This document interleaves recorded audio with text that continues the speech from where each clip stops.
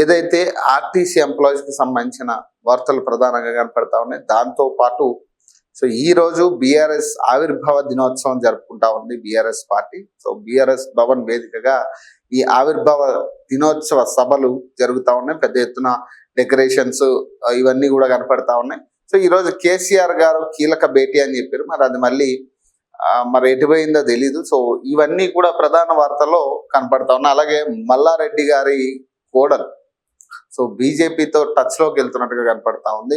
So ఇటీవల already ఆమె clarity ఇచ్చినప్పటికీ కూడా సో మల్లారెడ్డి గారు అలాగే ప్రీతిరెడ్డి ఇద్దరు కూడా నిన్న మోదీని కలవడం జరిగింది. సో ఇదొక ప్రధాన చర్చగా కనపడతా ఉంది. ఏమైనా మల్లారెడ్డి బీజేపీ వైపు చూస్తున్నారా, సో బీఆర్ఎస్ ని వదిలే పరిస్థితులు కనపడుతున్నాయి అనేది. సో ప్రధాన వార్తల్లో ఇవే కనపడతా ఉన్నాయి. సో బీజేపీ హోల్డ్లోకి మల్లారెడ్డి ఫ్యామిలీ అట తన కుటుంబానికి 5 సీట్లు కావాలంటూ ప్రతిపాదనట. మల్కాజ్గిరి ఎంపీ ఎమ్మెల్యేల ఖర్చుపై భారీ ఆఫర్ అట. దేశ వ్యాప్తంగా 18 మెడికల్ కాలేజీల ప్రారంభానికి దోస్తీ. ఈటలకు చెక్ పెట్టేందుకు ప్రోత్సహిస్తున్న పార్టీలోని ఓ వర్గం అట. రాష్ట్ర రాజకీయాల్లో తనదైన ముద్ర వేసుకున్న బీఆర్ఎస్ నేత ఎమ్మెల్యే మల్లారెడ్డి మరోసారి వార్తల్లో నిలిచారు. ఇటీవల తన కొడుకు కోడలతో కలిసి ప్రధాని నరేంద్ర మోదీని కలవడం, ఆ తర్వాత మల్లారెడ్డి కోడలు ప్రీతిరెడ్డి నేరుగా బీజేపీ ఆఫీస్కు వెళ్లడం రాజకీయ వర్గాల్లో తీవ్ర చర్చకు దారితీసింది. ఈ నేపథ్యంలో మల్లారెడ్డి కుటుంబం బీజేపీలో చేరేందుకు రంగం సిద్ధం చేసుకుంటుందనే చర్చ జరుగుతున్నది. కమలం పార్టీ కీలక నేతల సహకారంతో మల్లారెడ్డి బీజేపీలో టచ్ లో ఉన్నట్టు అగ్రనాయకత్వం సైతం ఆయన చేరికపై సానుకూలంగా ఉందని ఆ పార్టీ నేతలు అంతర్గతంగా చెప్తున్నారు. వచ్చే ఎన్నికల నాటికి ఆయన ఫ్యామిలీ కమల దళంలో ఒకరిగా ఉంటారని పేర్కొంటున్నారు. ఈ ప్రచారాన్ని మల్లారెడ్డి ఆయన కుటుంబ సభ్యులు ఖండిస్తున్నారు. ఏముంది ఇప్పుడు టచ్ లోకి వెళ్తే మాత్రం ఏముంది ఇప్పుడు నెక్స్ట్ ఇప్పుడు నిజంగా బీజేపీలోకి వెళ్ళినా ఇప్పుడున్న పరిస్థితుల్లో మళ్ళీ మల్లారెడ్డినా లేకపోతే ఇంకొకరినా నమ్మే పరిస్థితుల్లో ప్రజలు లేరు. వాస్తవానికి అధికారం ఉన్నా లేకపోయినా ఇప్పుడు మల్లారెడ్డి 100 రకాల విషయాలు చెప్తా ఉంటారు. నేను అట్లా వచ్చినా ఇట్లా వచ్చినా అట్లా సంపాదించిన ఇట్లా సంపాదించిన అని. ఎంత పక్కన పెడితే కబ్జాలు చేసిర్రా లేదా ఇది క్లారిటీ. అండ్ నీ నియోజకవర్గ ప్రజలను నువ్వు ఎంతవరకు కాపాడుకుంటున్నావు, నీ నియోజకవర్గ ప్రజలకు నువ్వేం చేస్తున్నావు, ఇవన్నీ కూడా వస్తాయి. ఎందుకు ఉదాహరణకి నీ కాలేజీలో చూసుకోవచ్చు కదా, అధిక ఫీజులు, ఇష్టాచారం ఫీజులు వసూలు చేసే పరిస్థితి. మరి ఎక్కడైనా పేదవాడికి మనం ఏమైనా ఫ్రీగా ఎడ్యుకేషన్ ఇస్తున్నామా? మరి ఇంత దారుణమైన సిచ్యువేషన్లోకి వెళ్ళాలి. బీజేపీలోకి వెళ్తే ఎందుకు బీజేపీలోకి వెళ్ళాలనుకున్నారు? ఇప్పుడు ఉమెన్ రిజర్వేషన్ అనే ఒక అంశం బయటకు వచ్చినప్పుడు వీళ్ళందరూ అలర్ట్ అయ్యారు. ఎందుకంటే మన ఇంట్లో కూడా ఆడవాళ్ళు ఉన్నారు కాబట్టి సో మనం టిక్కెట్ల కోసం ట్రై చేయొచ్చు. సో వాళ్ళకి టిక్కెట్లు వస్తే ఇంకా మన కుటుంబం ఇంకా పెద్దగా ఉంటుంది కదా, ఇక ఎక్కువ మంది రాజకీయ లబ్ధి పొందొచ్చు కదా అనే విధంగా వీళ్ళే కాదు ఇంకా చాలా మంది ఉన్నారు. బీజేపీ, బీఆర్ఎస్, కాంగ్రెస్ అందరూ కూడా పెద్ద ఎత్తున లాబింగ్లు చేసుకున్నారు వాళ్ళ కుటుంబ సభ్యులకి టిక్కెట్లు తెప్పియడానికి. ఒకవేళ ఉమెన్ రిజర్వేషన్ కనుక కన్ఫర్మ్ అయి ఉండుంటే ఎవరికి కూడా సామాన్యుడికి ఆ టిక్కెట్లు వచ్చే పరిస్థితి లేదు. అంతా కూడా ఇట్లాంటి వాళ్ళే మోపవుతారు. ఇక మంత్రుల్లో, మాజీ మంత్రుల్లో, ఎమ్మెల్యేలో లేకపోతే ఎంపీలో వీళ్ళు మోపవుతారు. వీళ్ళ కుటుంబ సభ్యులు, కోడళ్ళు, కూతుర్లు. నేను గతంలో కూడా ఈ ఉమెన్ రిజర్వేషన్ మీద వచ్చినప్పుడు ప్రతిరోజు నేను ఇదే చెప్తున్నా. ఈ ఉమెన్ రిజర్వేషన్ రావడం వల్ల ఎవరికి లబ్ధి పొందుతారంటే ఇగో ఇట్లాంటి కుటుంబాలకి లబ్ధి. ఈ 5 కాదు 10 సీట్లైనా అడుగుతారు వీళ్ళు. ఇక పైసలు ఉంటాయి, పార్టీ ఫండ్లు ఇవ్వచ్చు, ఖర్చు పెట్టవచ్చు. కాబట్టి 5 కాదు 10 సీట్లైనా కూడా తెచ్చుకునే స్తోమత ఉన్న వాళ్ళు వీళ్ళంతా. మరి నిజంగా ప్రజల కోసం పనిచేయాలనుకున్న వ్యక్తుల పరిస్థితి ఏంది? వాళ్ళకి దక్కాల్సిన రిజర్వేషన్ల పరిస్థితి ఏంది? అన్ని పార్టీల్లో కూడా ఇట్లాంటి నాయకులు చాలా మంది ఉన్నారు కదా, ఇక వాళ్ళని గాలికి వదిలేసే పరిస్థితే. ఎక్కడా కూడా ఇక్కడ ఉన్న పరిస్థితులు ఎట్లా ఉన్నాయంటే ఉమెన్ రిజర్వేషన్ అనే ఒక సాకుతో వీళ్ళ కుటుంబ లబ్ధి కోసం చేస్తున్న పరిస్థితులే కనపడతా ఉన్నాయి. ఈ ఉమెన్ రిజర్వేషన్ అనే ఒక సాకుని తీసుకొచ్చి కుటుంబ సభ్యులు ఇంకా రాజకీయంగా ఇంకా ఎదిగేటట్టు, ఒక పదవి చాలదన్నట్టు లేదా 2 పదవులు చాలదన్నట్టు ఇక మూడో వ్యక్తిగా ఇప్పుడు భార్యనా బిడ్డనా కోడలనా పెట్టుకోవాలి. ఇక పెట్టుకుంటే మంచి ఇంకా రాజకీయంగా బలం ఉంటుంది, మనకి రాజకీయ బలం ఉంటుంది, రాజకీయ వారసత్వం ఉంటుంది. తర్వాత మళ్ళీ మనవల్ని తీసుకురావచ్చు, తర్వాత వాళ్ళ మనవల్ని తీసుకురావచ్చు. ఇక అంతే, ఇదే చరిత్ర. ఇక రాజకీయ చరిత్ర అంటే ఇదే. ప్రజల్లోంచి వచ్చే నాయకులు ఎక్కడా లేరు. ఇక్కడ ప్రజానాయకులు, ప్రజల్లోంచి వచ్చే నాయకులు ఎక్కడా లేరు. అంతా కూడా ఈ వారసత్వ రాజకీయాలు ఇవే ఉంటాయి. పంచాయతీలు బిడ్డను చేయాలా, బిడ్డ కొడుకుని చేయాలా, లేదా వాళ్ళ మనవన్న చేయాలా, లేదా కోడళ్ళని చేయాలా, లేదా కూతురుని చేయాలా. ఎక్కడ చూసినా ఈ వారసత్వ రాజకీయమే. ఉమెన్ రిజర్వేషన్లో కూడా వీళ్ళే.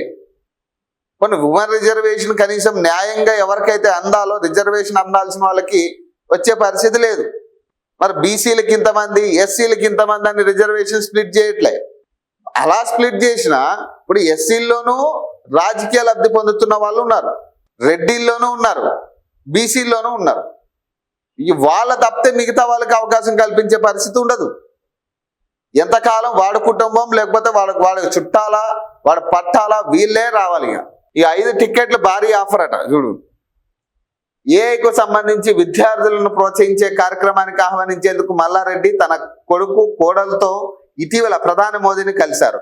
దీనిపై ప్రధాని సైతం సానుకూలంగా స్పందించినట్టు తెలిసింది. ఆ తర్వాత ప్రీతిరెడ్డి ఒక అడుగు ముందుకేసి నేరుగా బీజేపీ స్టేట్ ఆఫీస్కు వెళ్లారు. అక్కడ బీజేపీ రాష్ట్ర ప్రధాన కార్యదర్శి సంస్థాగత వ్యవహారాలు చంద్రశేఖర్ తివారీని కలిసి ఆయన్ను సైతం కార్యక్రమానికి ఆహ్వానించారు. ఈ నేపథ్యంలో బీఆర్ఎస్ ఎమ్మెల్యేకు ప్రధాని అపాయింట్మెంట్ దొరకడం, ఆ తర్వాత కోడలు బీజేపీ ఆఫీస్కు వెళ్లడం వెనుక చాలా మతలబు ఉందని కమల పార్టీ నేతలే చెబుతున్నారు. ఏదైనా కార్యక్రమానికి ప్రజాప్రతినిధులు, అధికారులు రాజ్యాంగబద్ధ పదవుల్లో ఉన్న వారిని ఆహ్వానిస్తారా అని. కానీ మల్లారెడ్డి కోడలు ఏకంగా ఒక పార్టీ కీలక నాయకుడిని ఆ పార్టీ ఆఫీస్కు వెళ్ళి ఆహ్వానించారంటే ఆమె ప్రత్యక్ష రాజకీయాల్లోకి రానున్నారని, అదే సమయంలో బీజేపీలో చేరుతారనే ఊహాగానాలకు బలం చేకూరుతున్నట్లయింది. మల్లారెడ్డి కుటుంబం ప్రస్తుతం బీఆర్ఎస్ లోనే ఉన్న వారి మనసంతా కాంగ్రెస్ బీజేపీలో ఉందనే మల్లారెడ్డి 5 టికెట్లు భారీ ఆఫర్ అట. మల్లారెడ్డి తన ఫ్యామిలీతో కలిసి బీజేపీలో చేరడానికి రంగం సిద్ధం చేసుకున్నారని కమల నాదులు చర్చించుకుంటున్నారు. కోడలు ప్రీతిరెడ్డికి మల్కాజ్గిరి ఎంపీ సీట్, తనకు అల్లుడు కొడుకుకు అసెంబ్లీ సీట్లు, మొత్తంగా 5 సీట్లు ఇవ్వాలని మల్లారెడ్డి ప్రతిపాదన పెట్టినట్టు బీజేపీ నేతలు చెబుతున్నారు. అలా ఇస్తే మల్కాజ్గిరి ఎంపీతో పాటుగా ఆ పార్లమెంట్ సెగ్మెంట్ పరిధిలోని 7 అసెంబ్లీ స్థానాల ఖర్చు తానే భరిస్తానని మల్లారెడ్డి కమల నాదులకు ఆఫర్ ఇచ్చినట్టు తెలిసింది. దీంతో కమల నాదుల నుంచి ఆయనకు కొంత సానుకూల స్పందన వచ్చినట్టు చర్చ జరుగుతోంది. దీనిలో భాగంగానే ప్రీతిరెడ్డి బీజేపీ కార్యాలయానికి ధైర్యంగా వెళ్లారని, ఆ తర్వాత సమర్థించుకున్నారని చెబుతున్నారు. విద్యా సంస్థలు, వ్యాపారాలు తన వారు ఉన్నవారు, ఒక రాజకీయ పార్టీలో ప్రజాప్రతినిధులుగా ఉన్నవారు మరొక పార్టీ కార్యాలయానికి వెళ్లడం అంత ఆషామాషి వ్యవహారం కాదనే చర్చ జరుగుతున్నది. ఏముంది, ఇప్పుడు బీజేపీ వాళ్ళు కూడా మంచిగా ఇప్పుడు ఒకరంటే ఒకరికి పడే పరిస్థితి లేదు. బీజేపీ క్యాడర్ కూడా కొంతమంది అంటే పడట్లే. ఇప్పుడున్న ఎంపీలకు కూడా సఖ్యత లేదు, కలిసి పనిచేసే ధోరణి లేదు బీజేపీలో. కాబట్టి ఒక వర్గం కుమ్మక్కై ఇప్పుడు మల్లారెడ్డిని తీసుకురావచ్చు, మల్లారెడ్డి కుటుంబాన్ని తీసుకురావచ్చు వెనకాలండి. కాబట్టి ఇక బీజేపీలో ఏదైనా జరగవచ్చు. ఒకటి మాత్రం వాస్తవం ఏంటంటే బీజేపీ అధికారంలోకి వచ్చే ఛాన్స్ ఉన్నట్టే కష్టం. అది ఇప్పుడున్న పరిస్థితుల్లో, ఇప్పుడున్న తెలంగాణ రాజకీయ పరిస్థితుల్లో, ఇప్పుడు జరుగుతున్న పరిస్థితుల్లో బీజేపీ మళ్ళీ అధికారంలోకి మళ్ళీ అని కాదు, అసలు అధికారంలోకి వచ్చే పరిస్థితే లేదు. మళ్ళీ ఆ 1-2 సీట్లకే పరిమితం అవడం తప్పితే మళ్ళీ అధికారం అనే ఇదైతే లేదు. మరి మల్లారెడ్డి ఇప్పుడు అందులో పోయి అందులో జాయిన్ అయితే మరి ఏంది పరిస్థితి? వచ్చిన ఆదాయాన్ని ఖర్చు చేయడం కాదట, ఇన్కమ్ పెంచడంపై దృష్టి పెట్టండట. ఎన్ని సమావేశాలు పెట్టినా ఫలితం కనిపించడం లేదు. Revenue resource mobilisation sub committee పనితీరుపై సీఎం రేవంత్ తీవ్ర అసంతృప్తట. ప్రభుత్వానికి వచ్చే ఆదాయాన్ని ఖర్చు చేయడం పెద్ద విషయం కాదని, ఆదాయం పెంచడంపై దృష్టి సారించాలని సీఎం రేవంత్ రెడ్డి సీరియస్ అయినట్టు సమాచారం. 100 రోజుల్లో ఆదాయం పెంచడానికి అవసరమైన ప్రతిపాదనలు సిద్ధం చేయాలని అధికారులను ఆదేశించారు. ఈ నెల 23న జరిగిన కేబినెట్ సమావేశంలో revenue resource mobilisation cabinet sub committee పనితీరుపై సీఎం అసంతృప్తిని వ్యక్తం చేసినట్టు తెలుస్తున్నదట. రాష్ట్రంలో వైపు ఉద్యోగులు, రిటైర్ ఉద్యోగుల బకాయిలు పెరిగిపోతుండడం, మరోవైపు ప్రభుత్వ ఆదాయం పెంచడంపై సరైన దృష్టి సారించలేదని సబ్ కమిటీపై ముఖ్యమంత్రి సీరియస్ అయినట్టు తెలిసిందట. సమావేశాలు పెట్టుతున్నారు తప్ప ఫలితం మాత్రం కనిపించట్లేదట. రెవెన్యూ డివిజన్ స్థాయిలో ప్రజావాణి అట. సీఎం సెల్ఫ్ ఎన్యుమరేషన్ స్టార్ట్స్ అట. వివరాలు నమోదు చేసిన గవర్నర్ శుక్లా, సీఎం రేవంత్, కిషన్ రెడ్డి అట. మరి బీఆర్ఎస్ వాళ్ళు ఎవరు చేయలే. కేబినెట్ సబ్ కమిటీ ఏర్పాటైన నాటి నుంచి అనేక మార్లు సమావేశమయ్యారని, ఇంతవరకు ఫలితం లేదని, అసలు ఏం సాధించారని అడిగినట్టు తెలిసింది. సమావేశాలు పెట్టుకోవడం కాదని, రిజల్ట్ కావాలని సీరియస్ అయినట్టు సమాచారం. ప్రభుత్వానికి ఆదాయం పెంచడం ఎలా అనే దానిపై సబ్ కమిటీ బృందం ఆలోచించాలని, దృష్టి సారించాలని అన్నారు. ఆదాయం లేదని, ఏం చేయలేకపోతున్నామంటే జనాలు ఊరుకోరని, అది ప్రభుత్వ వైఫల్యంగానే చూస్తారని అన్నారు. ఆదాయం పెంచుకోవడం ముఖ్యమని, ప్రభుత్వం దగ్గర డబ్బులు లేవని, కాబట్టి పథకాలు అమలు చేయలేమని చెబితే బాగోదన్నారు. ఉద్యోగులు, రిటైర్ ఉద్యోగులకు ఇవ్వాల్సిన బకాయిలు ఇవ్వడం సాధ్యం కావడం లేదంటే ఎవరు ఒప్పుకోరన్నారు. ప్రభుత్వానికి ఉన్న ఆర్థిక ఇబ్బందులు, ఇతరత్ర సమస్యలను గురించి ఎవరికి అవసరం లేదన్నారు. ప్రభుత్వ ఉద్యోగులు, రిటైర్ ఉద్యోగులకు చెల్లించాల్సిన బకాయిలు వెంటనే చెల్లించేలా చూడాలన్నారు. రాబోయే 100 రోజుల్లో ప్రభుత్వానికి ఆదాయం పెంచేలా ప్రణాళికలు, ప్రతిపాదనలు సిద్ధం చేయాలని, అలా వచ్చిన ఆదాయంలో రిటైర్ ఉద్యోగుల బకాయిలన్నీ చెల్లించాలన్నారు. దీనికి అనుగుణంగా వెంటనే ప్రతిపాదనలు, అలాగే ప్రణాళికలను revenue resource mobilisation cabinet sub committee తీసుకురావాలన్నారు. మే 4వ తేదీ కల్లా ప్రతిపాదనలు సిద్ధం చేయాలని, అదే రోజున మళ్ళీ కేబినెట్ సమావేశం నిర్వహిద్దామని సీఎం రేవంత్ అన్నట్టు చెప్తున్నారట. ఇవన్నీ ఇప్పుడు ఈయన చెప్పే విషయాలన్నీ కూడా ఆదాయం పెంచుకోవడం ముఖ్యమని, ప్రభుత్వం దగ్గర డబ్బులు లేవని ఏంటంటే ఇండైరెక్ట్ గా చెప్తున్నట్టే ఉంది. ఇక మా దగ్గర డబ్బులు లేవు, మా దగ్గర పైసలు లేవు, మరి ఏం చేయాలి అనే దాని మీద అందరికీ ఇన్ఫర్మేషన్ ఇస్తున్నట్టుంది.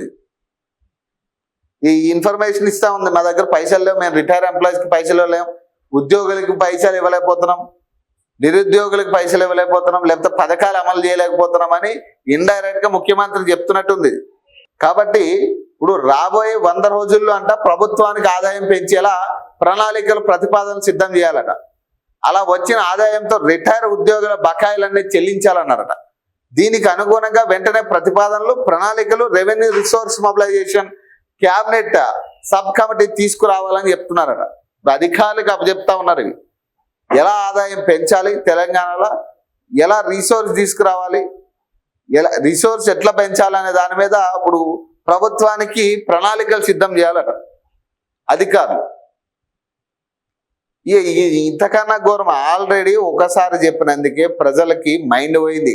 ఒక ముఖ్యమంత్రి మా దగ్గర పైసలు లేవు, మేము డబ్బులు ఇవ్వలేకపోతున్నాం, పథకాలు అమలు చేయలేం అని చెప్పినందుకే ప్రజలకి మతిపోయింది. ఫస్ట్ ఇప్పుడు మళ్ళీ అదే తరహాలో ఎవడు నమ్మడు మనల్ని. అవును నమ్మరు, ఎందుకంటే ఇప్పుడు 6 గ్యారెంటీ అమలు చేయమని ఎవరు చెప్పారు? ఇప్పుడు 6 గ్యారెంటీలు అమలు చేయాలనుకున్నప్పుడు అప్పుడు ఆదాయం గురించి మీకు తెలీదా? ఇప్పుడు వచ్చిన తర్వాత ఇక్కడ ఏమైనా లంకి బిందులు ఉన్నాయా, లేకపోతే ఏదేదో సమాధానాలు చెప్పారు కదా, మరి మీకు ఆదాయం గురించి తెలీదా? తెలంగాణ ఆదాయం గురించి తెలియకుండానే మీరు హామీలు ఇచ్చిర్రా 6 గ్యారెంటీలు. ఒక ఉచిత బస్సుకే తలకిందులు అవుతున్నారు, ఒక రైతు భరోసాకే తలకిందులు అవుతున్నారు. మీరు ఇచ్చిన హామీలు ఎన్ని? 417 హామీలు ఉన్నాయి టోటల్గా. మీరు ఇచ్చిన మేనిఫెస్టోలో 417 హామీలు ఉన్నాయి. మరి 417 హామీల్లో మరి ఏ మిగతా 417 కనుక అమలు చేస్తే ఏంది పరిస్థితి, ఆర్థిక పరిస్థితి? ప్రజా సంక్షేమం ఏమైనా బాగుందా అంటే ఏమిలే. ఏ పథకం తీసుకొచ్చినా ఏదో ఒక లోటుపాట్లు అందులో ఇండైరెక్ట్ గా హింట్లు ఇస్తున్నట్టే ఉన్నది. మా దగ్గర పైసలు లేవని, అత్యాశతో అధిక వడ్డీ ఊబిలో అన్న, అత్యాశకు పోతే ఉన్నది పోయే, ఉంచుకున్నది పోయే అన్న చందంగా నేటి పరిస్థితులు ఉన్నాయి. అధిక వడ్డీ ఇస్తా, రూపాయలు వడ్డీ ఇస్తా అని చెప్పగానే కొందరు గుడ్డిగా నమ్మేసి తమ సేవింగ్స్ మొత్తం ఇచ్చేస్తున్నారు. దీనికి తోడు బయట తక్కువ వడ్డీకి అప్పులు తెచ్చి మరీ ముట్ట చెబుతున్నారు. తీరా మోసపోయామని తెలిసాక గుండెలు బాదుకుంటున్నారు. ఇలా మోసపోయిన వారిలో పేదలు, మధ్యతరగతి వారే అధికం. మోసాల పట్ల అప్రమత్తంగా ఉండాలని ప్రభుత్వాలు, పోలీసు శాఖ అవగాహన కల్పిస్తున్నా మోసాలు మాత్రం ఆగడం లేదట. ఎవరైనా అత్యాశ చూపించి అధిక వడ్డీ ఇస్తామని చెప్పి ఇక పైసలు తీసుకుని, ఇందులో టార్గెట్ ఎవరంటే ఇక middle class, below middle class వాళ్ళు టార్గెట్ చేసి ఇక పైసలు తీసుకోవడం.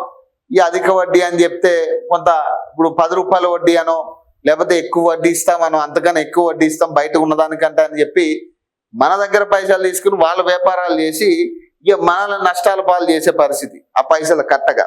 సో ఇట్లా ఎక్కువ పేదలు, మిడిల్ క్లాస్ వాళ్ళు ఎక్కువ ఉన్నారట. ఇందులో పోలీసులు ఎక్కడికక్కడ అప్రమత్తం చేసినప్పటికీ కానీ, గవర్నమెంట్లు చెప్తున్నప్పటికీ కూడా ఈ అధిక వడ్డీ అనే ఊబిలో చాలా మంది మునుగుతా ఉన్నారు.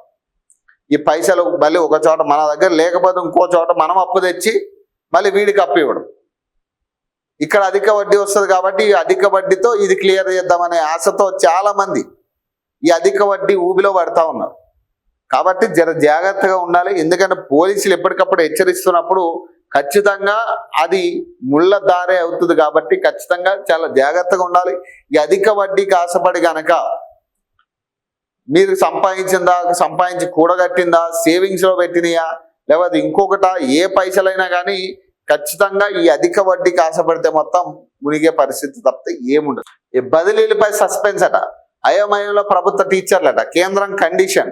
విద్యాశాఖ నిర్ణయంపై ఉత్కంఠ. రాష్ట్రంలో ప్రభుత్వ ఉపాధ్యాయ బదిలీలపై సందిగ్ధత నెలకొంది. ఎందుకంటే సాధారణ బదిలీలకు అనుమతి ఇచ్చిన ప్రభుత్వం రాష్ట్రంలో జనగణన విధుల్లో ఉన్న ఉద్యోగులను బదిలీ చేయడం కుదరదని నిబంధన విధించింది. దీంతో టీచర్లలో గందరగోళం పరిస్థితి నెలకొన్నది.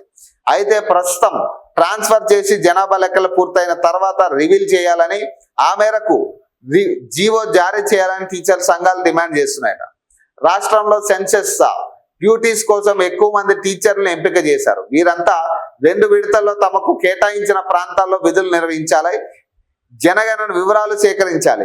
ఎన్యుమరేట్స్ జనాభా లెక్కల ప్రక్రియ పూర్తయ్యే వరకు అక్కడ నుంచి బదిలీ చేయకూడదని కేంద్ర ప్రభుత్వం ఆదేశాలు జారీ చేసింది. వాటిని దృష్టిలో ఉంచుకొని సాధారణ బదిలీ కోసం అనుమతిస్తూ ప్రభుత్వం జారీ చేసిన జీవో నెంబర్ 38లో సెన్సెస్ డ్యూటీలో ఉన్న ప్రభుత్వ ఉద్యోగులకు బదిలీలు వర్తించబోవని కండిషన్ పెట్టింది. దీంతో ఈసారి టీచర్లకు సాధారణ బదిలీలు లేవని ప్రభుత్వ వర్గాల్లో చర్చ నడుస్తున్నది. అయితే జనాభా లెక్కల డ్యూటీస్ లో ఉన్న టీచర్ బదిలీలపై విద్యాశాఖ తుది నిర్ణయం తీసుకోవాలని ప్రస్తుతం ఫారెన్ టూర్ లో ఉన్న సెక్రటరీ యోగితర రాణా హైదరాబాద్ కు వచ్చిన తర్వాత టీచర్ల బదిలీలపై సీఎం రేవంత్ రెడ్డితో చర్చించి నిర్ణయం తీసుకుంటారని తెలిసిందట. మార్చి దాకా ఆగాల్సిందట. జనగణన లెక్కలను 2 విడతలుగా చేపట్టేందుకు కేంద్ర ప్రభుత్వం షెడ్యూల్ తయారు చేసింది. మొదటి దశ ఏప్రిల్ 1, 2026, సెప్టెంబర్ 30, 2026 హౌసింగ్ లిస్ట్. రెండవ దశలో ఫిబ్రవరి 2027 వరకు ఇంటికెళ్ళి ఆ ఇంట్లో ఉంటున్న వారి వివరాలు సేకరించాలి. అంటే సెన్సస్ ప్రక్రియ 2027 మార్చి వరకు కొనసాగుతుంది. అప్పటి వరకు బదిలీలు చేయడం కుదరదని, దీంతో సెన్సస్ డ్యూటీలో ఉన్న ఎంప్లాయీస్ ను వచ్చే ఏడాది మార్చి తర్వాత ట్రాన్స్ఫర్ చేసేందుకు వీలు పడుతుందని అధికార వర్గాల్లో టాక్ నడుస్తుంది. కానీ ప్రస్తుతం అనుమతించిన షెడ్యూల్ ప్రకారం బదిలీ చేసి వచ్చే ఏడాది మార్చి తర్వాత జాయినింగ్ రిపోర్ట్ ఇచ్చేలా సడలింపులు ఇవ్వాలని ఉపాధ్యాయ సంఘాలు డిమాండ్ చేస్తున్నాయట. ఏదైతే సెన్సస్ జనగణన డ్యూటీలో ఉన్నాం, మొన్న ఏదైతే ప్రభుత్వ ఉద్యోగుల బదిలీ విషయంలో ఎవరైతే జనగణన డ్యూటీలో ఉన్నారో, జనగణన లెక్కల డ్యూటీలో ఉన్నారో వీళ్ళని తప్పితే మిగతా వాళ్ళందరినీ కూడా బదిలీ చేస్తామని చెప్పారు. సో 2027 మార్చి వరకు ఇది కొనసాగే పరిస్థితి. కాబట్టి ఇప్పుడున్న పరిస్థితుల్లో ఏదైతే ఆల్రెడీ జనగణన డ్యూటీలో ఉన్నారో వాళ్ళు ఏం అడుగుతా ఉన్నారు, ఇప్పుడు బదిలీ చేసి మాకు 2027 మార్చిలో అపాయింట్మెంట్ లెటర్స్ ఇవ్వండి అని చెప్పి అడుగుతా ఉన్నారు. సో దీని మీద ప్రభుత్వం ఏం చెప్తా ఉంది, ప్రస్తుతం జనగణన డ్యూటీలో ఉన్న వాళ్ళకి ఇప్పట్లో బదిలీలు లేవు అనేది కరఖండిగా చెప్తుంది. 2027 ఇస్తామంటే ఇస్తామన్న మాట అయితే చెప్తా ఉన్నారు, కానీ దీని మీద వీళ్ళకి నమ్మకం లేదు. అప్పుడు ఒకవేళ బదిలీ చేయకపోతే ఏంటి పరిస్థితి అనే దాని మీద, సో ఇప్పుడు మీరు బదిలీ చేయండి, మేము అప్పుడు ఆఫర్ లెటర్ తీసుకుంటాం అనే దాని మీద చెప్తా ఉన్నాం. సో దీని మీద ప్రభుత్వం ఏ రకంగా స్పందిస్తుంది అనేది చూడాలి. టార్గెట్ బీఆర్ఎస్ అట, అందుకే కేసీఆర్ లక్ష్యంగా కవిత విమర్శలట, గులాబీ కేడర్ను తన వైపు తిప్పుకునే ప్రయత్నాలట, ఆసక్తికరంగా కుటుంబ రాజకీయాలట. రాష్ట్ర రాజకీయాల్లో సరికొత్త పరిణామాలు చోటు చేసుకున్నాయి. ఇప్పటి వరకు కేటీఆర్, హరీష్ రావులను టార్గెట్ చేసిన కవిత ఇప్పుడు పార్టీ ఆవిర్భావ సభలో నేరుగా తండ్రి కేసీఆర్ పై విమర్శలు చేయడం రాజకీయ వర్గాల్లో చర్చనీయాంశంగా మారింది. ఆమె ప్రసంగం విని సభకు వచ్చిన వారే ఆశ్చర్యపోయారు. దీంతో తండ్రి ద్వారా గుర్తింపు పొంది రాజకీయంగా గుర్తింపు ఇచ్చిన వ్యక్తిపైనే అంత కటువుగా మాట్లాడడం వెనుక వ్యూహం ఏమై ఉంటుందని చర్చ మొదలైంది. ఆమె విమర్శలు, ఆరోపణల వెనుక లక్ష్యం ఏమిటనే ఆసక్తి నెలకొంది. కవిత విమర్శలు, ఆరోపణల వెనుక రకరకాల విశ్లేషణలు కొనసాగుతున్నాయి. కేసీఆర్ కుటుంబం అంతా ఒకటే, ఏనాటికైనా ఒకటవుతాయని, తండ్రి చాటు బిడ్డ అనే అపోహలు, అనుమానాలు, చర్చలకు తావు లేకుండా వాటన్నిటికీ సమాధానంగానే కేసీఆర్ ను లక్ష్యంగా చేసుకొని విమర్శలు చేశారని చెబుతున్నారు. మరోవైపు తన బలం, తనతో ఎవరికి రాజకీయంగా ప్రమాదం ఉందో ఆమె విమర్శల ద్వారా తేల్చి చెప్పారని అంటున్నారు. కుటుంబ సంబంధాల కంటే ప్రజలు, వారి సంక్షేమం, రాజకీయ పార్టీ ముఖ్యమని, తండ్రి అయినా తను లెక్క చేయనని, పార్టీ కేడర్, ప్రజలే ముఖ్యమని కవిత ప్రసంగం ద్వారా చెప్పారని విశ్లేషిస్తున్నారు. కేసీఆర్ అధికారంలో ఉన్నప్పుడు కవితకు కూడా అదే పార్టీలో ఉండగా అప్పుడు ఏం చేశారని అడుగుతున్న వారికి కేసీఆర్ ను విమర్శిస్తూ క్షమాపణలు చెబుతూ సమాధానం ఇస్తున్నారని పేర్కొన్నారు. ఇప్పుడు ఏదేమైనా కానీ ఇప్పుడు ఆమె ఒక రాజకీయ పార్టీకి అధ్యక్షురాలుగా ఉన్నారు. ఒక రాజకీయ పార్టీ స్థాపించింది, ఒక రాజకీయ పార్టీకి అధ్యక్షులుగా ఉన్నప్పుడు ఇక్కడ ప్రత్యర్థిగానే కవిత గారిని చూడాలి. అంతే తప్పితే ఇంకా ఇంటి మనిషిగా చూసి అంటే ఖచ్చితంగా ఇప్పుడు ప్రత్యర్థిగా ఉన్నప్పుడు ప్రతిపక్ష పార్టీని విమర్శించాలి, అధికార పార్టీని విమర్శించాలి. ఇప్పుడు అటు అన్ని పార్టీలకి ప్రత్యర్థి అవుతుంది ఆమె.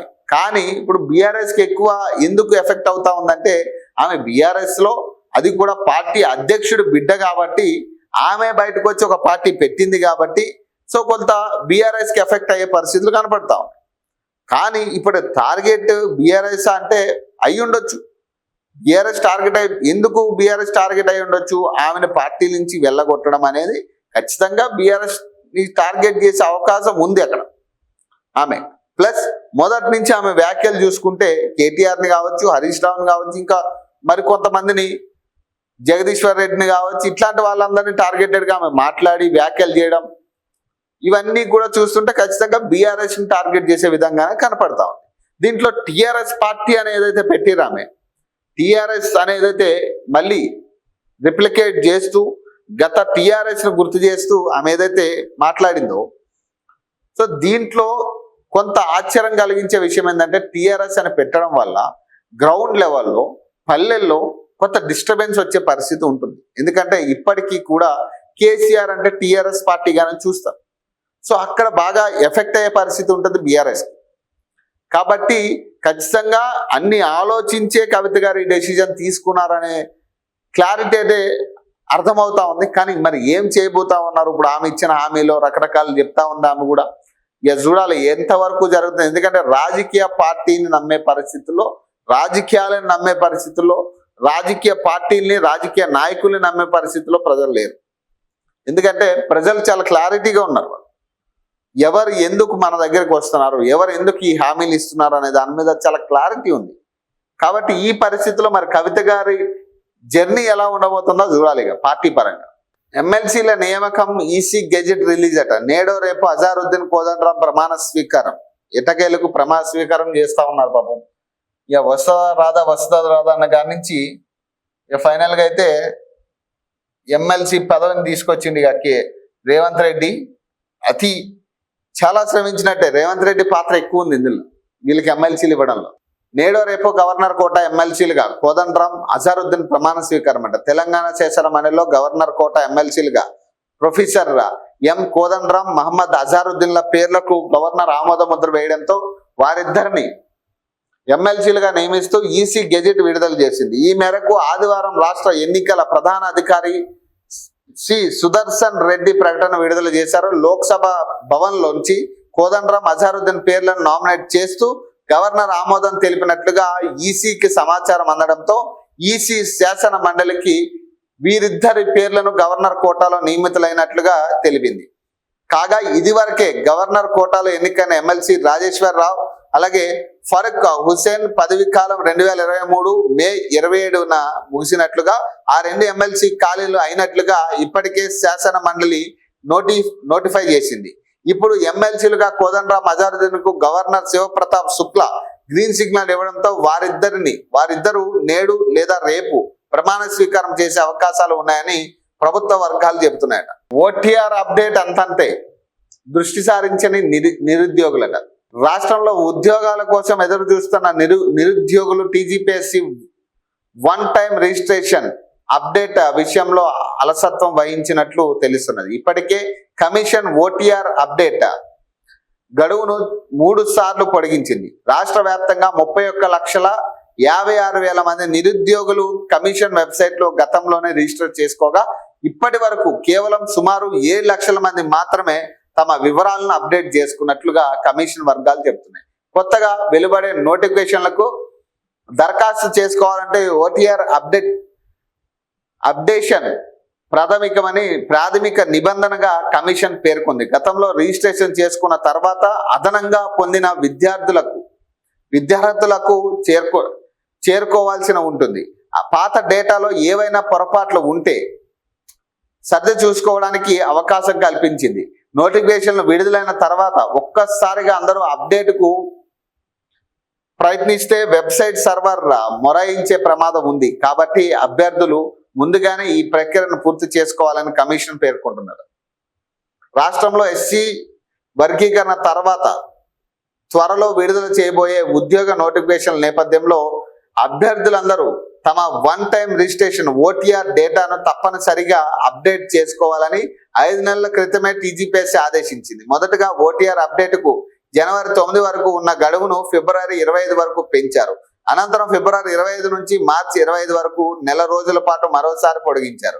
మూడోసారి మార్చి 25 నుంచి ఏప్రిల్ 10 వరకు పొడిగించారు. 3 సార్లు గడువు పొడిగించిన అభ్యర్థులు సర్టిఫికేట్లు తీసుకోవడంలో జాప్యం, ఇతరత్ర కారణాల వల్ల అవకాశాన్ని వినియోగించుకోలేకపోతున్నారని దీనిపై కమిషన్ స్పందించి ఓటీఆర్ అప్డేట్కు మరోసారి అవకాశం ఇవ్వాలని విద్యార్థి సంఘాలు, నిరుద్యోగులు డిమాండ్ చేస్తున్నారట. ప్రతి శాఖకు కులాల లెక్కలట. సిప్యాక్ సర్వే నివేదిక ఆధారంగా సంక్షేమ పథకాలు, అభివృద్ధి కార్యక్రమాలట.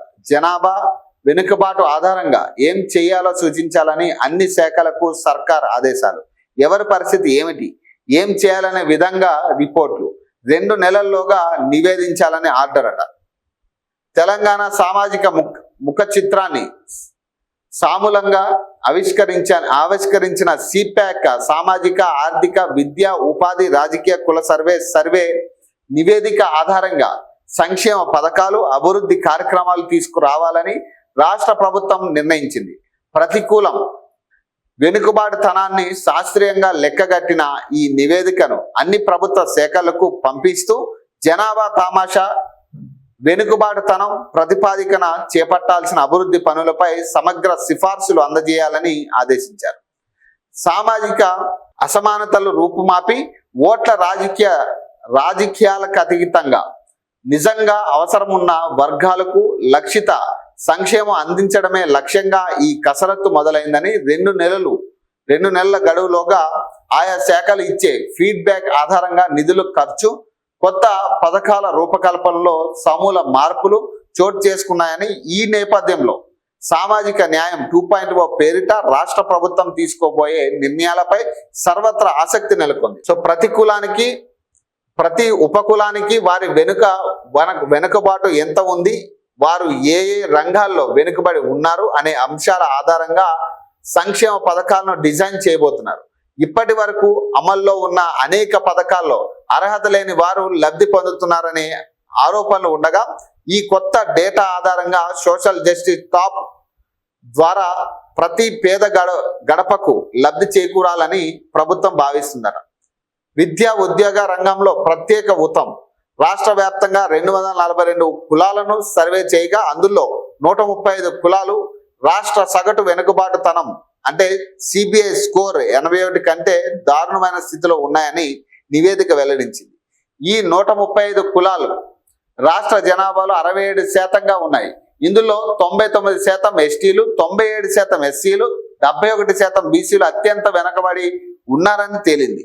విద్యాపరంగా చూస్తే జనరల్ క్యాస్ట్ పిల్లలు అంటే 34% మంది ప్రైవేట్ స్కూళ్లకు వెళ్తుంటే ఎస్టీలు 13%, ఎస్సీలు 15% మాత్రమే వెళ్ళగలుగుతున్నారని, అలాగే ఇంగ్లీష్ మీడియం విద్యలోనూ భారీ వ్యత్యాసాలు ఉన్నాయని, ఈ గణాంకాలను బట్టి ఏ కులానికి విద్య ఉద్యోగ రంగాల్లో ప్రత్యేక ఊతం ఇవ్వాలో విద్యాశాఖ ఉపాధి కల్పన శాఖ నివేదికలు సిద్ధం చేయాలని ప్రభుత్వం స్పష్టం చేసిందట.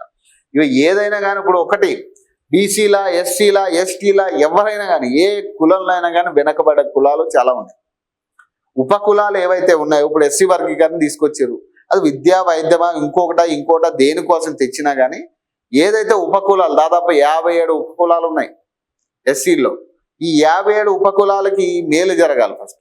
మరి వాళ్ళకి మేలు జరుగుతుందంటే ఇప్పటికీ కుల సర్టిఫికేట్లు లేని వాళ్ళు చాలా మంది ఉన్నారు. కుల సర్టిఫికేట్లు కానీ మాది ఏ కులమో చెప్పలేని పరిస్థితులు ఉన్నారు. అప్పట్లో చాలా మంది ఏం చేసిరంటే ఇప్పుడు వీళ్ళకి కుల సర్టిఫికేట్లు ఇవ్వలేక ఏదో ఒక దాంట్లో మాదిగ దాంట్లోనో లేకపోతే మాలల దాంట్లోనో రాసేసారు. ఇక కథం వీళ్ళ కులం అనేది ఒకటి ఉంది అనేది కూడా వీళ్ళకి తెలియనికుండా చేసిరు. అప్పుడు ఏమైంది, మాదిగ జాతి ఎక్కువైంది లేదా మాలల జాతి ఎక్కువ కనపడతా ఉంది. వాస్తవానికి అందులో చాలా మంది కులాలు ఉపకులాలు ఇంక్లూడ్ అయిపోయినాయి. వాళ్ళ కుల సర్టిఫికేట్లు ఇవ్వక సో వాళ్ళు ఏం చేశారు, మాదిగానో లేదా మాలలుగానో వాళ్ళు డివైడ్ అయిపోయారు. కాబట్టి మరి అలాంటి ఉపకులాలు చాలా ఉన్నాయి. ఇప్పటికీ కూడా క్యాస్ట్ సర్టిఫికేట్ కూడా ఇవ్వలేని పరిస్థితిలో ఉన్నాయి ఉపకులాలకి ప్రభుత్వాలు. ఇక వాళ్ళకి విద్య ఏమి అందిస్తారు, వైద్యం ఏమి అందిస్తారు? మీరు ఇక పథకాలు ఎట్లా వస్తాయి? వాళ్ళకి అసలు ముందు క్యాస్ట్ సర్టిఫికేటే లేదు కదా. వాడు ఫలానా క్యాస్ట్ అని నిర్ధారించడానికి కూడా ఒక సర్టిఫికేట్ లేనప్పుడు మరి మీరు ఎట్లా డివైడ్ చేస్తారు దాన్ని? అసలు ఉపకులాల్లో చదువు లేని వాళ్ళు ఎంతమంది ఉన్నారు? బీసీలో కూడా ఇప్పుడు ముదిరాజు లాంటి కులాలు ఎన్ని కులాలు ఉన్నాయి? అధిక జనాభా అని చూపించారు, 26 లక్షల జనాభా. బీసీల్లో 26 లక్షల మంది జనాభా ముదిరాజులే ఉన్నారు, టాప్ లో ఉన్నారని చెప్పి మొన్నే చదువుకున్నాము. మరి అలాంటి ముదిరాజుల కులానికి ఏం న్యాయం జరిగింది? మరి విద్యా రంగంలో వెనకబడ్డారు వాళ్ళు, వైద్యంలో వెనకబడ్డారు, ఉద్యోగాల్లో వెనకబడ్డారు. వాళ్ళు పోయి ఏడో దుబాయ్లోనో గిబాయ్లోనో ఎక్కడో చిన్న కారు పనులు చేసుకుంటూ ఇక జీవనం సాగించే పరిస్థితి. ఇప్పటికీ కూడా అదే పరిస్థితిలో ఉన్నారు వాళ్ళు. మరి ఇలాంటి ఉపకులాలు ఎన్ని ఉన్నాయి, మళ్ళీ వాళ్ళ పరిస్థితి ఏంది? కాబట్టి ఇప్పుడు ఒకటి మీరు చేసిన కులగణన కూడా టోటల్ తప్పది. అసలు ఏ కులానికి న్యాయం జరిగే పరిస్థితి లేదు. అది చూస్తే ఎన్నో లక్షల మంది పెరిగిపోయారు అన్నారు. ఎక్కడ ఎంత 16 సంవత్సరాల తర్వాత దాదాపు 2014లో కేసీఆర్ చేసిందంటే ఇప్పుడు దాదాపు 12 సంవత్సరాల తర్వాత అసలు జనాభానే పెరగలేదంటారు. జనాభా పెరగకుండా ఉంటుందంట ఎక్కడైనా కానీ. అసలు తెలంగాణలో జనాభానే పెరగలేదన్నారు. 2011లో ఎట్లా ఉన్నారు లేదా 2014లో ఎంత జనాభా ఉందో ఇంచుమించు అదే తరహాలో జనాభా చూపిస్తా ఉన్నారు.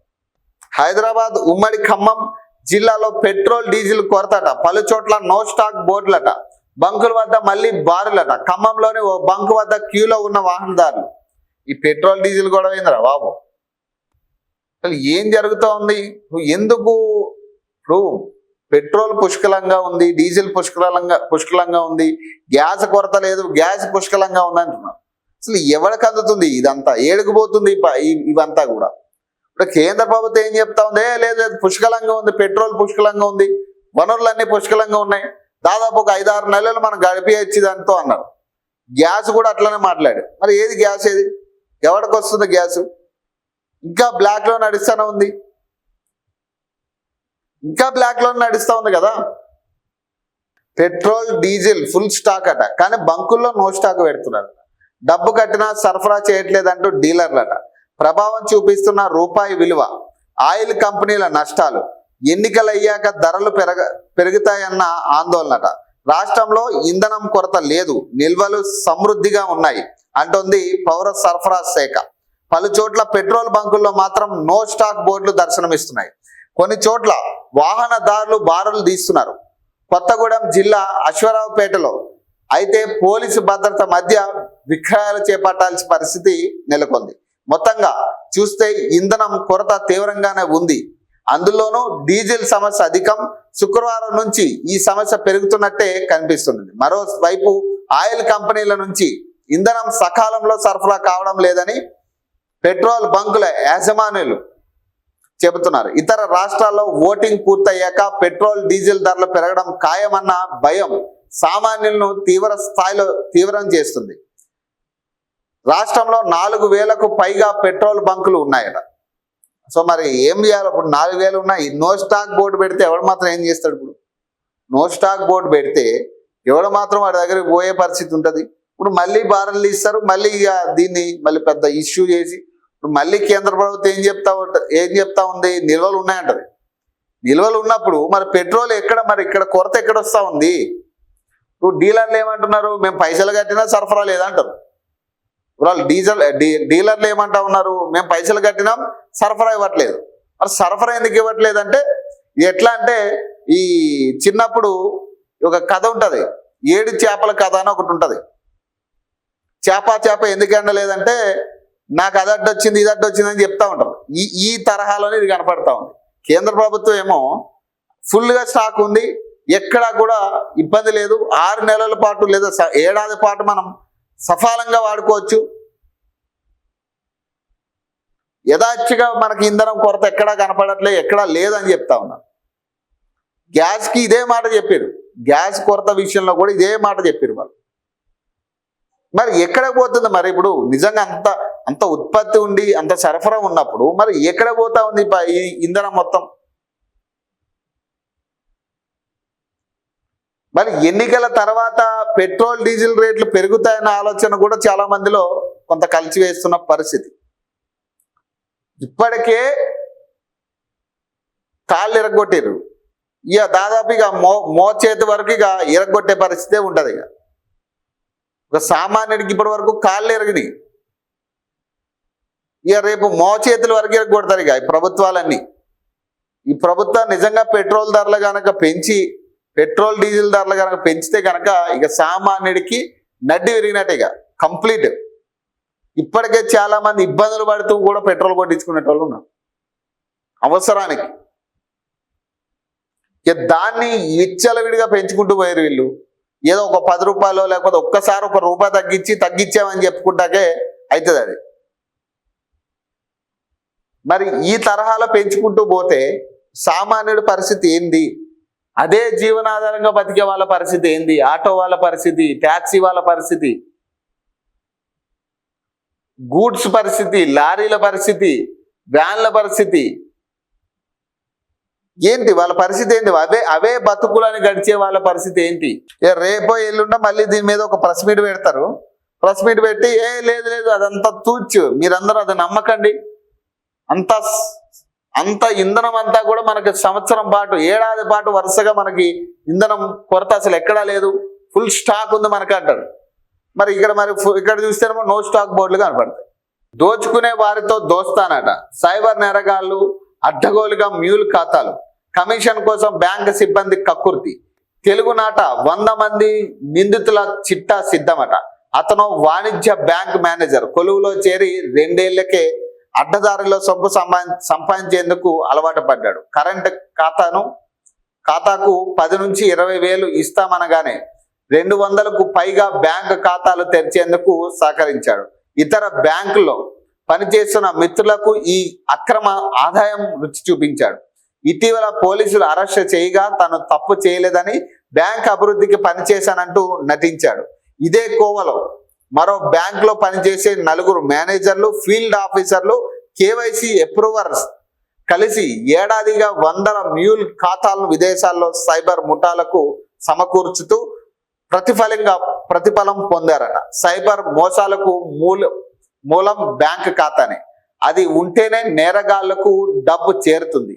వీటిని కట్టుదిట్టం చేస్తే నేరాలను అరికట్టవచ్చని భావించిన పోలీసులు నిఘా పెట్టారు. సరైన వివరాలు లేకున్నా ఖాతాలు తెరిచేందుకు సహకరిస్తున్న వారిపై దృష్టి సారించారు. ఇప్పటి వరకు ఇదంతా దళారుల దందాగా భావిస్తూ వచ్చారు. తాజాగా హైదరాబాద్ సైబర్ క్రైమ్ పోలీసులు ఆపరేషన్ ఆక్టోపస్ పేరిట దేశ వ్యాప్తంగా మ్యూల్ ఖాతాలపై దర్యాప్తు చేపట్టినప్పుడు కొత్త కోణం వెలుగులోకి వచ్చింది. కమిషన్ల కోసం బ్యాంకు సిబ్బంది సైబర్ నేరగాళ్లకు మ్యూల్ ఖాతాలు సమకూర్చుతున్నారని తెలిసి 33 మందిని అరెస్ట్ చేశారట. నేరస్తులకు సహకరించే వారిని వదలము, మ్యూల్ ఖాతాలకు సహకరించే ఏ ఒక్కరిని వదలబోం. సైబర్ నేరాలకు అడ్డుకట్ట వేయాలంటే మ్యూల్ ఖాతాలను నిలువరించడమే మార్గం. కొన్ని బ్యాంకులు అధికారులు కేవైసీ నిబంధనలు పాటించుకోవట్లేదు. అనుమానాస్పద లావాదేవీలు జరుగుతున్నట్లుగా గుర్తించిన 10 వదిలేస్తున్నారు. నేరగాళ్లకు సహకరిస్తున్న వారిపై చట్టపరమైన చర్యలు తీసుకుంటామట వీసీ సజ్జనార్. నిన్న కూడా మనం దీని గురించి మాట్లాడుకున్నాం. ఆదిలాబాద్ జిల్లా అనుకుంటా, ఆదిలాబాద్ జిల్లాలో దాదాపు 9 కోట్ల ఈ సైబర్ నేరాలుగా బారిన పడ్డ 9 కోట్ల పైసలు. ఈ ఎట్లా అంటే మ్యూల్ ఖాతాలే దీనికి ప్రధానం. మ్యూల్ ఖాతా ఏంది? ఈ ఎవరైతే బ్యాంక్ మేనేజర్లు, ఫీల్డ్ ఆఫీసర్లు, కేవైసీలు చేసేటోళ్ళు ఉంటారు కదా, వాళ్ళ ద్వారా ఎవరైతే సైబర్ నేరాలకు పాల్పడతా ఉన్నారో వాళ్ళు విదేశాల్లో ఉండొచ్చు, ఎక్కడైనా ఉండొచ్చు. వాళ్ళు ఏం చేస్తారంటే వీళ్ళకి అటాచ్ అయ్యి ఈ ఒక్క బ్యాంక్ ఖాతా ఇస్తే 20,000 30,000 ముట్ట చెప్తామని చెప్తారు కమిషన్. కాబట్టి వీళ్ళు ఏం చేస్తారు, మనలాగా ఎవరైనా పోయి నా దగ్గర ఆధార్ కార్డు లేదు సార్ పోయింది, లేకపోతే నా దగ్గర పాన్ కార్డు లేదు సార్ పోయింది, లేకపోతే నాకు ఇంటి అడ్రస్ లేదు సార్, లేకపోతే నా దగ్గర ఆ డీటెయిల్స్ లేవు సార్ అని మనం ఏదైతే పోతామో ఆ చిన్న ఉన్నాయి కూడా బ్యాంక్ ఖాతాలో ఓపెన్ చేస్తారు మన పేరు మీద బ్యాంక్ ఖాతా. మీరు ఒకవేళ పాన్ కార్డు లేకపోయినా, ఆధార్ కార్డు లేకపోయినా మీ బ్యాంక్ ఖాతా ఓపెన్ అయిపోతుంది. మీ దగ్గర డీటెయిల్స్ పూర్తిగా లేకపోయినా అవసరమే లేదు అక్కడ. సో ఓపెన్ చేస్తారు. ఓపెన్ చేసి ఏం చేస్తారు, మన ఖాతాని వాళ్ళకి అమ్ముకుంటారు, మన బ్యాంక్ ఖాతాని వాళ్ళకి అమ్ముకుంటారు. వాళ్ళు ఏం చేస్తారు, వాళ్ళు ఏదైతే సైబర్ నేరాలు చేస్తారో ఆ ట్రాన్స్ఫర్లు అన్నీ కూడా మన అకౌంట్ నుంచే జరుగుతాయి. మన అకౌంట్ నుంచి జరిగినప్పుడు ఏమవుతుంది, ఎవరిని పట్టుకుంటాడు, మనల్ని పట్టుకుంటాడు. సో కాబట్టి ఇది జరుగుతూ ఉంది. ఇక్కడ ఎవరి ద్వారా జరుగుతుంది? ఇప్పటి వరకు ఏంటంటే ఇందులో దళారులు ఉన్నారేమో, పెద్ద పెద్ద వ్యాపారవేత్తలు ఉండొచ్చేమో అని అనుకున్నారు. కానీ ఇప్పుడు తెలిసింది ఏంటంటే బ్యాంక్ మేనేజర్లు, ఫీల్డ్ ఆఫీసర్లు, కేవైసీ సిబ్బంది వీళ్ళే ఇన్వాల్వ్ అయ్యారు దీంట్లో.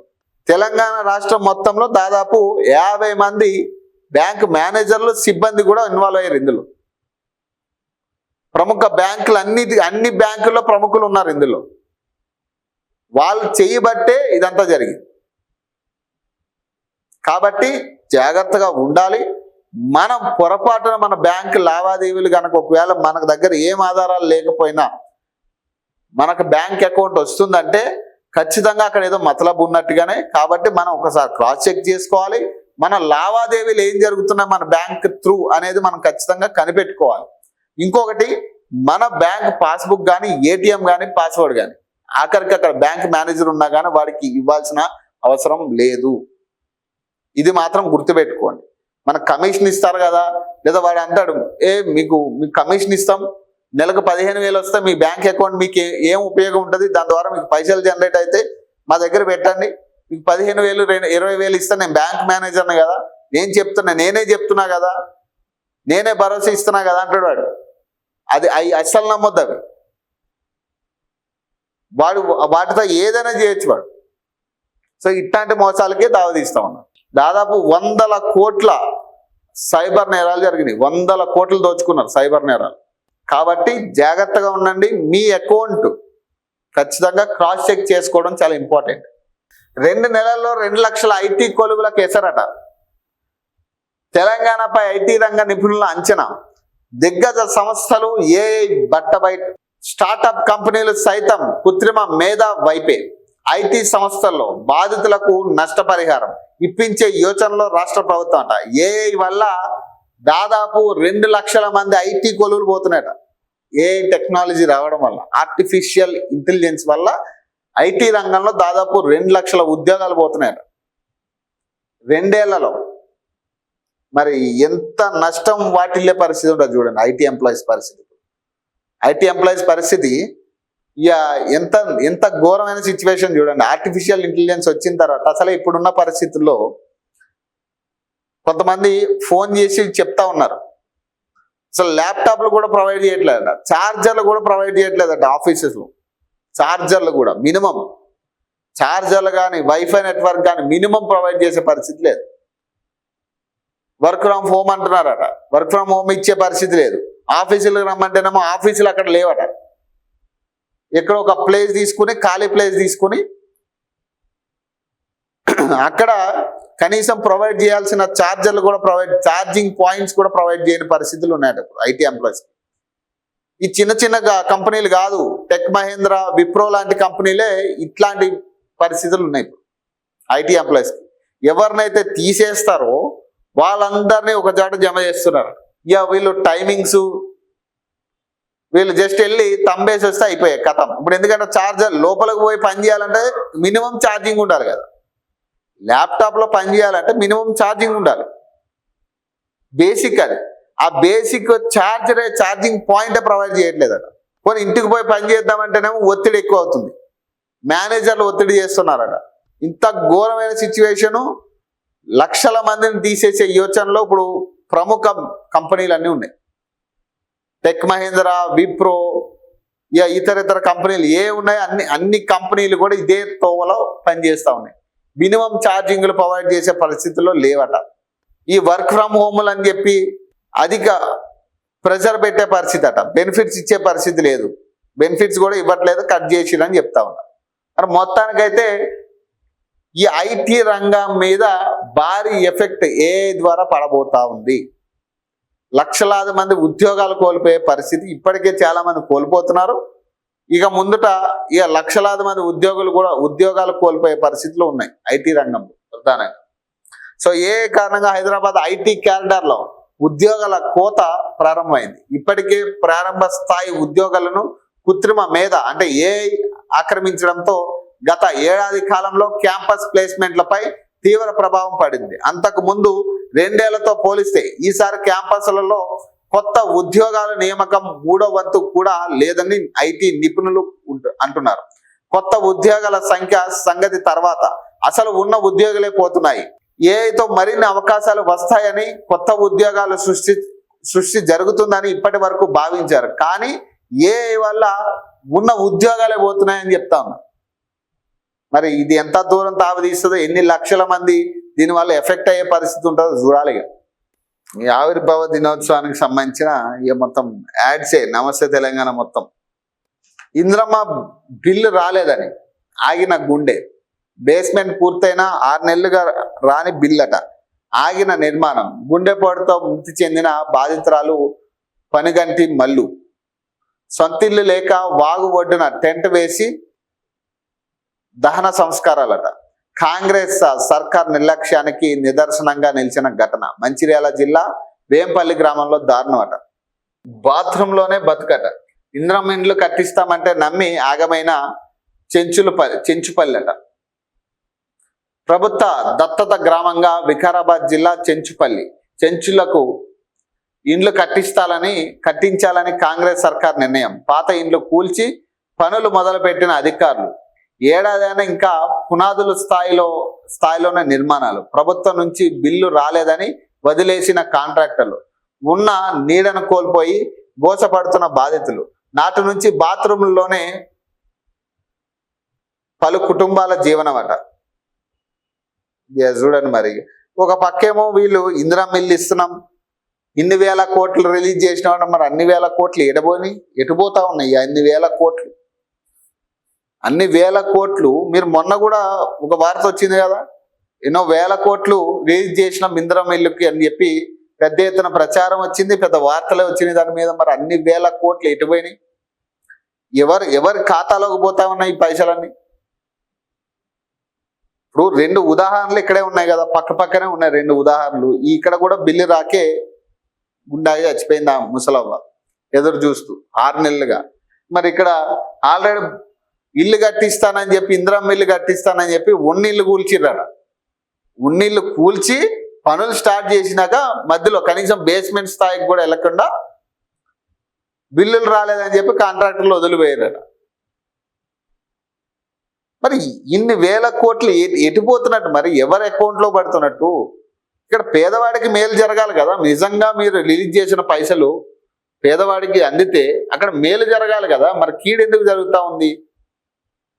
అంటే ఎవరికి లబ్ధి పొందుతా ఉంది? ప్రతిపక్షాలు అన్నట్టుగా కాంగ్రెస్ పార్టీకి అనుకూలంగా సానుకూలంగా ఉన్న వాళ్ళకి ఏమన్నా ఇందిరా మిల్లు కట్టించి ఇస్తున్నారా మీరు? మరి ఈ అనుమానాలు వస్తూ ఉన్నాయి. ఇవన్నీ చూస్తూ ఉంటాయి, ఇన్ని దారుణాలు చూస్తూ ఉంటాయి. పెళ్లి చేసుకుంటానని నమ్మించి మోసం చేసి 9,35,00,000 తీసుకున్న నటి అశ్షూ రెడ్డి అట. హైదరాబాద్, లండన్లో సాఫ్ట్వేర్ ఇంజనీర్ గా పనిచేస్తున్న వైవి ధర్మేంద్ర 2018లో ఇండియాకి వచ్చిన సమయంలో నటి అన్షు రెడ్డి పరిచయం కాగా పెళ్లి చేసుకుందామని ధర్మేంద్రను నమ్మించి 9,35,00,000 కాజేసిందని ఆరోపిస్తూ హైదరాబాద్ సిసిఎస్ పోలీస్ స్టేషన్ లో కేసు పెట్టిన ధర్మేంద్ర తండ్రి సత్యనారాయణ. అంతే సెలబ్రిటీ ఏదో రకంగా పైసలు సంపాదించాలి, ఇదే తరహాలో మోసాలు చేయాలి.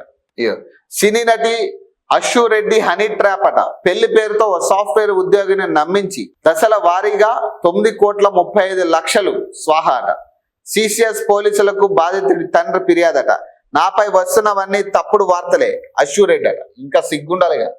టాలీవుడ్ సినీ నటి అశ్షూ రెడ్డి హనీ ట్రాప్ కు పాల్పడి ఓ సాఫ్ట్వేర్ ఇంజనీర్ నుంచి 9,35,00,000 కొట్టేసింది.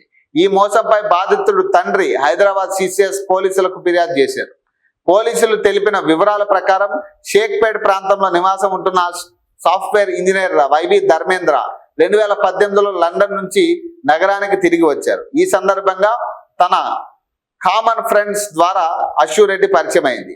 ఈ పరిచయంలో అశ్షూ రెడ్డి తను అమెరికాలో మాస్టర్స్ చేశానని, ప్రస్తుతం సినీ నటి కావాలని ప్రయత్నిస్తున్నానని ధర్మేంద్రకు చెప్పింది. 2 నెలల తర్వాత అశ్షూ రెడ్డి తను ధర్మేంద్రను ప్రేమిస్తున్నట్లు చెప్పింది. అయితే ధర్మేంద్ర తనకు వివాహం జరిగిందని, అయితే డైవర్స్ కేసు నడుస్తుందని తెలిపాడు. అయినా నీ గతం నాకు అవసరం లేదు, నేను నిన్ను ప్రేమిస్తున్నా అని చెప్పింది. పెళ్లి చేసుకుంటానని నమ్మించి అప్పటి నుంచి ఇద్దరు సన్నిహితంగా ఉన్నారు.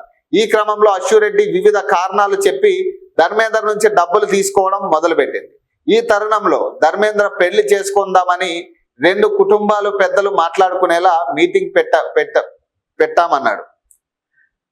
అప్పుడు అశ్షూ రెడ్డి పెళ్లి చేసుకోనని చెప్పి కొద్ది రోజులు మాట్లాడలేదు. ధర్మేంద్ర తన దగ్గర తీసుకున్న డబ్బులు ఇవ్వాలని ఒత్తిడి చేశాడు. దీంతో ఈ పంచాయతీని సినీ నటి హేమ ముందుకు తీసుకువెళ్లారు. అక్కడ అశ్షూ రెడ్డి 70 లక్షలు తిరిగి ఇస్తానని కొన్ని చెక్కులు ఇచ్చింది. ఆ తర్వాత వాటిని సినీ నటి హేమ ముందే చింపేసి డబ్బులు ఇవ్వనని తెగేసి చెప్పింది. కొన్ని రోజుల తర్వాత అశ్షూ రెడ్డి సోదరి దివ్యారెడ్డి, ఆమె తల్లి యశోదారెడ్డి ధర్మేంద్రను కలిసి అశ్షూ రెడ్డి తీవ్రమైన మానసిక ఒత్తిడిలో ఉందని, ఆమెను నీవే కాపాడాలని చెప్పారట. దీంతో నిజమేనని నమ్మి మళ్ళీ అశ్షూ రెడ్డికి దగ్గరయ్యాడు. ఆ తర్వాత ఆమె తండ్రి కోయ వెంకట కృష్ణారెడ్డి వారి కుటుంబంతో వచ్చి ధర్మేంద్ర ఫ్యామిలీతో మాట్లాడి ఇద్దరు ప్రేమలో ఉన్నారని, పెళ్లి చేద్దామని, త్వరలోనే ముహూర్తాలు పెట్టుకుందామని చెప్పారు. ఇద్దరి జాతకాలను ప్రముఖ జ్యోతిష్యుడు వేణుస్వామి వద్ద చూపించుకున్నారు. పెళ్లి చేసుకుంటామని చెప్పి అశ్షూ రెడ్డి ధర్మేంద్రను మాయ చేసి కార్లు, ఖరీదైన ఫ్లాట్లు, 5 కేజీల బంగారం ఆభరణాలు కొనుగోలు చేసుకుంది.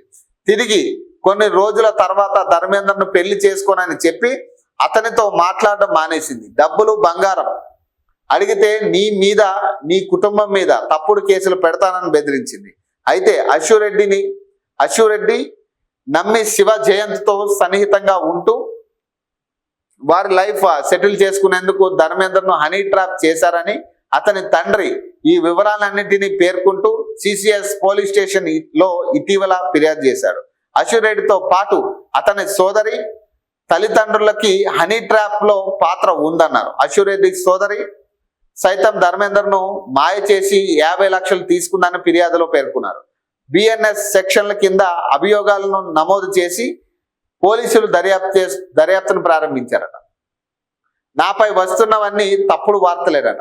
తనపై జరుగుతున్న ప్రచారంపై అశ్షూ రెడ్డి ఇన్స్టాగ్రామ్ వేదికగా ఖండించారు. తనపై వస్తున్నవన్నీ తప్పుడు వార్తలేనని కొట్టిపారేశారు. నా అనుమతి లేకుండా నా గురించి ప్రచారంలో ఉన్న ఏ వార్త లేదా తప్పుడు సమాచారం పైన చట్టపరమైన చర్యలు తీసుకుంటారని అని ఆమె రాసుకొచ్చారట. ఏం చేస్తారు ఇప్పుడు? ఇంత బహిర్గతంగా వాళ్ళు అంత ధైర్యంగా బయటకు వచ్చి కేసు పెట్టారంటే ఏ ఆధారాలు లేకుండా, ఏది లేకుండా, ఏమి జరగకుండా అయితే వాళ్ళు బయటకు వచ్చి అయితే కేసు పెట్టరు కదా. వాళ్ళు బయటకు వచ్చి కేసు పెట్టారంటే వాళ్ళు పరుగు పోవాలని అయితే వాళ్ళు అనుకోరు కదా. ఖచ్చితంగా ఎంతో కొంత ఇందులో నిజం ఉండొచ్చు. అతను తప్పు ఎంత ఉందో నీ తప్పు అంతే ఉండొచ్చు. కాకపోతే మనం డబ్బులు కాసిపడి ఉండొచ్చు, ఏం జరిగిందో తెలియదు అక్కడ. కాబట్టి ఇప్పుడు వీటిని తప్పు పట్టడానికి లేదు. ఇప్పుడు ఇక్కడ వీళ్ళ తప్ప వాళ్ళ తప్ప అని చెప్పడానికి కూడా లేదు.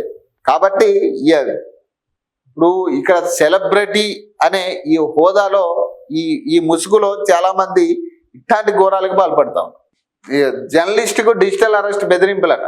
డిజిటల్ అరెస్ట్ పేరుతో హైదరాబాద్ లో సీనియర్ జర్నలిస్ట్ ను సైబర్ మోసగాలు బెదిరింపులకు పాల్పడ్డారు. అయితే ఇది స్కామర్ల పనేనని గ్రహించిన సదరు జర్నలిస్ట్ వారిపై ఎదురు తిరగడంతో తోకముడిచారు. ఓ ప్రముఖ తెలుగు దినపత్రికలో పనిచేస్తున్న సదరు జర్నలిస్టుకు ఆదివారం 9983840498 నెంబర్ నుంచి రాజ్వీర్ SAHO అంటూ వీడియో కాల్ వచ్చింది. మిమ్మల్ని డిజిటల్ అరెస్ట్ చేస్తున్నామని బెదిరించాడు. వెంటనే అప్రమత్తమైన సదరు జర్నలిస్ట్ ఆ స్కామర్లపై ఎదురు తిరిగి మాట్లాడటంతో కాల్ కట్ చేసేశారు. అనంతరం వాట్సాప్ ద్వారా నేను నీపై కేసు నమోదు చేస్తాను, మీ రాష్ట్రంలో అన్ని పోలీస్ స్టేషన్లకు నీ కేసు ఫైల్ను పంపిస్తాను, వారు 24 గంటలలోపు నిన్ను అరెస్ట్ చేస్తారని బెదిరింపు మెసేజ్ పంపించారు. అలాగే మీ గురించి అన్ని న్యూస్ ఛానళ్లకు ఇన్ఫర్మేషన్ ఇస్తామని, నీ లొకేషన్ ట్రేస్ చేస్తామని బెదిరింపులకు పాల్పడ్డాడట. చూడండి, డిజిటల్ అరెస్టులు ఇవే. ఇప్పుడు ఈ డిజిటల్ అరెస్టుల వల్లే ఇప్పుడు ఇందాక మనం మాట్లాడుకున్నాం కదా, ఏదైతే సైబర్ నేరాలు జరుగుతున్నాయో ప్రధానంగా ఈ డిజిటల్ అరెస్టులు నమ్ముకునే సైబర్ నేరాలు బాగా ఎక్కువ అవుతున్నాయి. ఈ డిజిటల్ అరెస్టుల పేరు మీదే సైబర్ నేరాలు ఎక్కువ చేస్తా ఉన్నారు. వీళ్ళ టార్గెట్ ఏంటంటే, డిజిటల్ అరెస్ట్ టార్గెట్ ఏంటంటే వృద్ధులు, ఎవరైతే రిటైర్ ఎంప్లాయీస్ వృద్ధులు ఉంటారు కదా వాళ్ళని ఎక్కువ టార్గెట్ చేశారు. మొన్నటి వరకు చేసి వాళ్ళ ఖాతాలో ఉన్న పైసలన్నీ జమ చేసుకుని టోకరా పెట్టిన పరిస్థితి. సో ఇట్లా డిజిటల్ అరెస్ట్లే ప్రధానంగా ఈ సైబర్ నేరాలకి పాల్పడతా ఉన్నారు.